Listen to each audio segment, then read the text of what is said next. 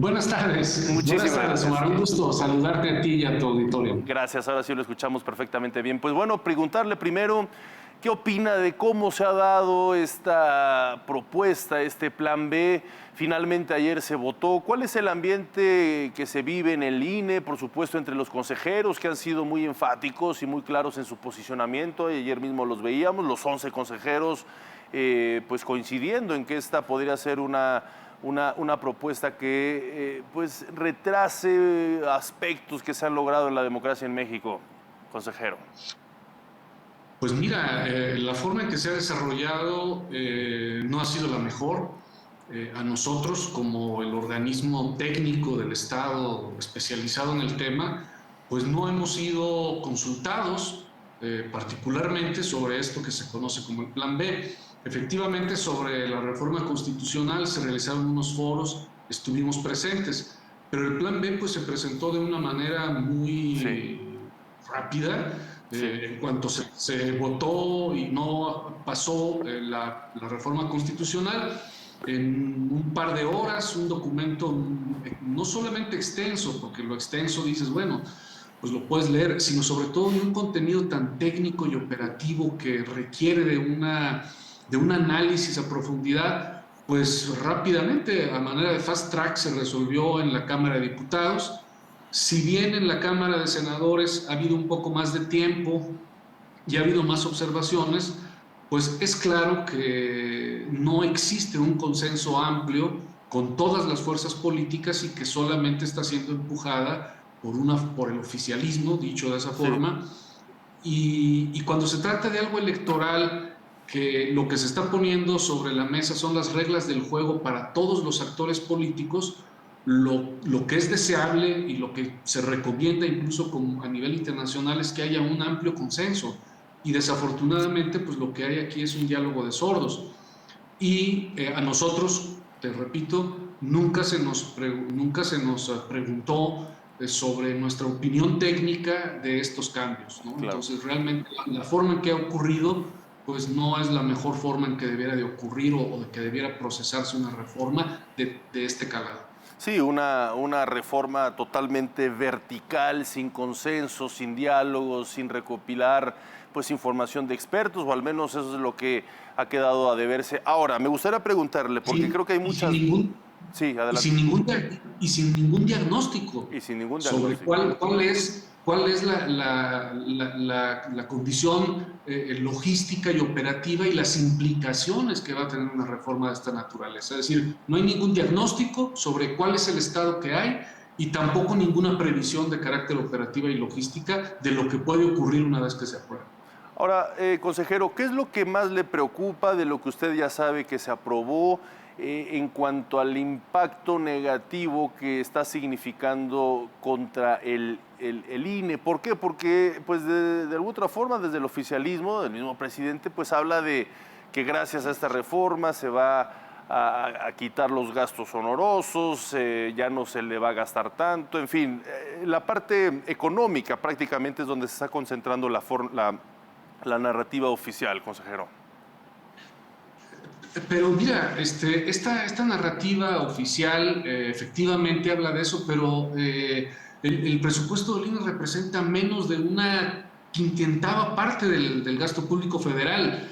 Si el presupuesto fueran 500 pesos, por así decir, con menos de un peso el INE da la credencial, garantiza elecciones en los estados e inicia los trabajos para renovar por completo tanto el Congreso como la presidencia el próximo año. O sea, es decir, creo que eso también pues, es relativo. O sea, si lo comparas con Claro. el presupuesto, pues es realmente bajo. ¿Y qué es lo que más nos preocupa? Pues lo que más nos preocupa es que se le está restando capacidad operativa al Instituto Nacional Electoral porque en las juntas distritales, hay 300 distritos electorales a lo largo y ancho del país, y esas juntas distritales se están, de ser permanentes, se están convirtiendo en temporales, que solo van a estar funcionando durante los procesos electorales, y se están eliminando el 84.6% del Servicio Profesional Nacional Electoral, que es ese personal de organización electoral, de capacitación, del Registro Federal de Electores, que permite no solamente organizar los procesos electorales, sino también mantener, por ejemplo, actualizado el padrón. Tú sabes que todos los días hay un nuevo asentamiento. Sí. En las ciudades, la gente se cambia de domicilio, las personas llegan a la mayoría de edad. Todos los días se dan 60,000 credenciales nuevas, pero esas credenciales son el resultado de una movilidad ciudadana permanente y de una actualización permanente del padrón que se necesita hacer siempre. Entonces, cuando tú le restas capacidad operativa a una institución, dejando solamente a una persona y solamente que funcione solamente temporalmente cada 2 años, significa que van a bajar mucho o que pueden ponerse en riesgo los estándares de calidad de los servicios que el INE ofrece, que no son solamente hacer elecciones, que desde luego es lo más importante, sino otros más, como por ejemplo la credencialización. Eso es lo que más nos preocupa, Sí. este desmantelamiento del servicio profesional electoral nacional. Y algo dentro de lo absurdo en todo este proceso del Plan B que se ha venido peloteando entre Cámara de Diputados, Cámara de Senadores, es lo de los partidos chiquitos, que ahora, hasta ahora ni siquiera el presidente está de acuerdo al respecto, esta validez de que aunque no tengan el porcentaje correspondiente, pues se les siga dando y permaneciendo vigentes, ¿no?, en los diversos procesos electorales. Esto Pues genera dudas, genera mucha extrañeza de cómo se ha dado, ¿no?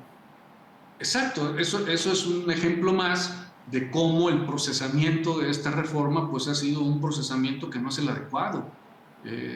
No solamente porque aparecen una serie de asuntos de carácter inconstitucional como este, sobre el cual ya hay resoluciones de la Suprema Corte de Justicia o del Tribunal diciendo que esto es inconstitucional, sino que además de esos vicios de inconstitucionalidad que aparecen dentro de la reforma, pues el procedimiento mismo en el que no ha habido un consenso amplio, en donde pues ha habido la imposición de una mayoría, te da idea pues de que no es la mejor forma de procesar esta reforma electoral y eso pues sí es preocupante.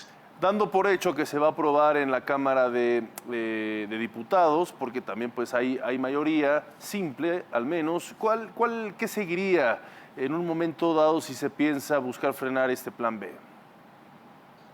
Bueno, creo que diversos actores políticos seguramente presentarán controversias constitucionales o otro tipo de recursos. El propio INE, muy probablemente, el INE seguramente también presentará todos los recursos que la ley nos otorgue para evitar que ocurran algunas de estas cosas, sobre todo aquellas que son abiertamente inconstitucionales.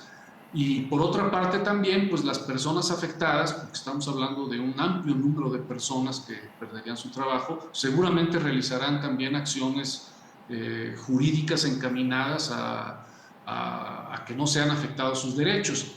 De tal manera que creo yo que es muy previsible que vengan toda una serie de impugnaciones, de hecho muchas impugnaciones por muchos lados, no solamente los actores políticos, sino incluso a nivel individual, tanto de trabajadores del INE como incluso también de ciudadanos que pudieran sentir que se está afectando sus derechos político-electorales. Entonces yo creo que va a venir un periodo amplio de controversias. Sin embargo, de controversias jurídicas me refiero, ¿no?, de recursos de impugnación. Sin embargo, una vez que la ley esté aprobada, pues también tendremos quienes nos quedamos en el Consejo, en el Instituto Nacional Electoral, pues también tendremos que empezar a poner en práctica algunas de estas reestructuraciones y tendremos pues que ir en una serie de plazos que ahí se establecen, estableciendo pues toda esta reestructuración que implica la reforma electoral. Ya si en ese transcurso alguno de los recursos que se presenten se otorgan ya sea suspensiones o se declara algún tipo de inconstitucionalidad, pues bueno, tendremos que estar muy atentos a ello. Claro. Pues qué interesante e importante platicar con usted en estos momentos, José Martín Fernando Faz, consejero del INE. Muchísimas gracias, le mando un fuerte abrazo. Igualmente, buenas tardes. Hasta luego, muy buenas tardes.